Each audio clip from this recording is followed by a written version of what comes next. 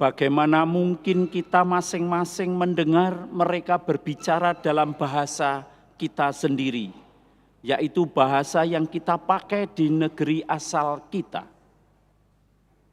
Kita semua mendengar mereka berbicara dalam bahasa kita masing-masing tentang perbuatan-perbuatan besar yang dilakukan Allah. Begitulah Bapak, Ibu, Saudara-saudari sekalian, adik-adik para remaja, kesan yang diucapkan oleh sebegitu besar penduduk yang hadir dari berbagai macam wilayah, tanda kutip, dunia pada waktu itu ketika mendengar para rasul berbicara kepada mereka.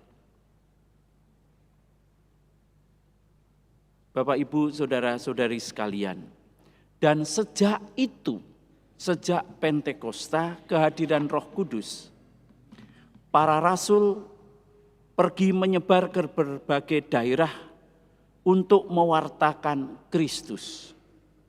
Dan di setiap tempat mereka menceritakan perbuatan-perbuatan Allah di dalam hidup mereka.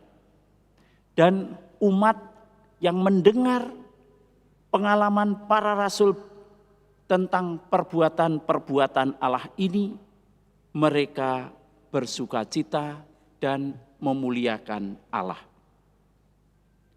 Dan ini terus-menerus terjadi di hampir semua tempat. Ini menimbulkan pertanyaan yang perlu bagi kita. Pertama, apa itu karya agung atau perbuatan-perbuatan Allah yang dialami oleh para rasul, oleh para murid yang lain, dan oleh para pewarta serta umat yang hadir mendengarkan para rasul? Dan yang kedua, bagaimana itu bisa dialami? Sebelum kita menjawab, barangkali beberapa peristiwa ini membantu kita untuk melihat pintu ke arah mana pencerahan itu bisa kita dekati. Pada akhir-akhir ini, masyarakat Indonesia sedang menghadapi banyak kesulitan tentang kerusakan ekologi, tentang isu keadilan dan ketidakadilan. Dan saya mendapat kabar dari kampung, orang-orang desa, dalam kurung yang tidak memakai dolar, karena tidak punya duit itu. Tetapi mereka sedang sangat merasakan bagaimana harga gas naik, gitu. Harga bensin naik, mau bepergian naik, harga makanan, telur naik, hampir semua harga-harga naik, semua naik. Hanya ada satu yang tidak naik, tapi turun, Roh Kudus. Roh Kudus tidak naik tapi turun gitu ya. Saya itu berasal dari desa dan dalam tradisi Jawa yang bukan ningrat, jadi tradisi kampung. Waktu saya kecil, saya dan kakak adik saya kalau akan bepergian untuk suatu urusan penting, biasanya bapak saya itu akan memanggil, lalu dia akan memegang pundak, mengucapkan doa-doa yang tidak saya dengar doanya apa, lalu menjelang akhir doanya, bapak saya akan meniup kepala saya 3 kali. Dan itu terjadi juga pada saudara-saudari saya.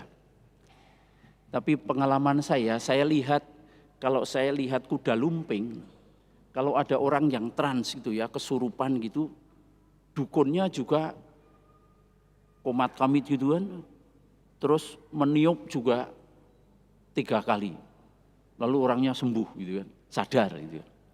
Ya, apakah saya keturunan dukun atau tidak? Saya mungkin sekali ya, mungkin sekali. Oke.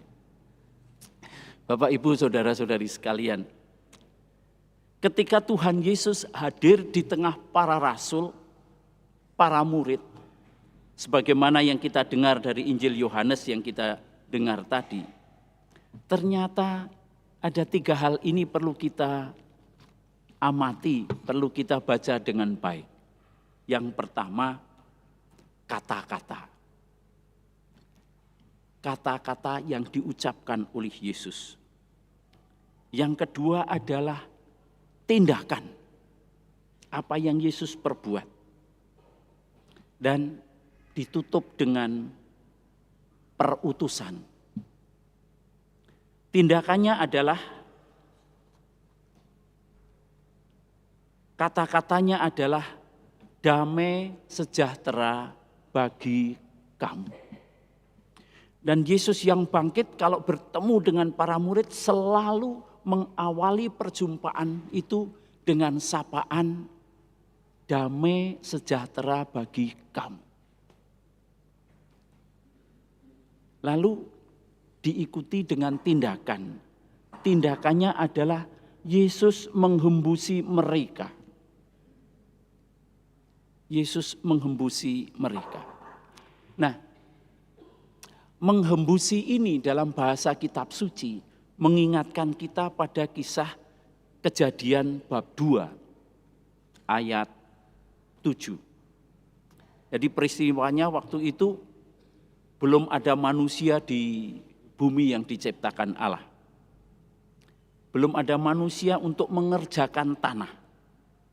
Lalu Tuhan Allah membentuk manusia dari debu tanah. Ya, bedanya dengan yang lain itu dijadikan dengan kata-kata atau dengan sabda. Jadilah langit gitu ya. Tetapi ketika pada manusia tidak dengan kata-kata dulu, tetapi dengan tangan. Kerajinan tangan. Allah itu membentuk manusia dari debu tanah. Lalu kitab suci mengatakan,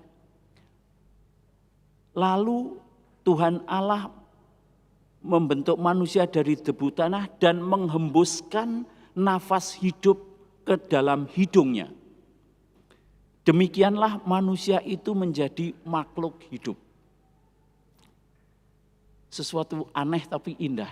Yang mau dikatakan oleh kitab suci adalah bahwa manusia hidup itu dari hembusan nafas Allah.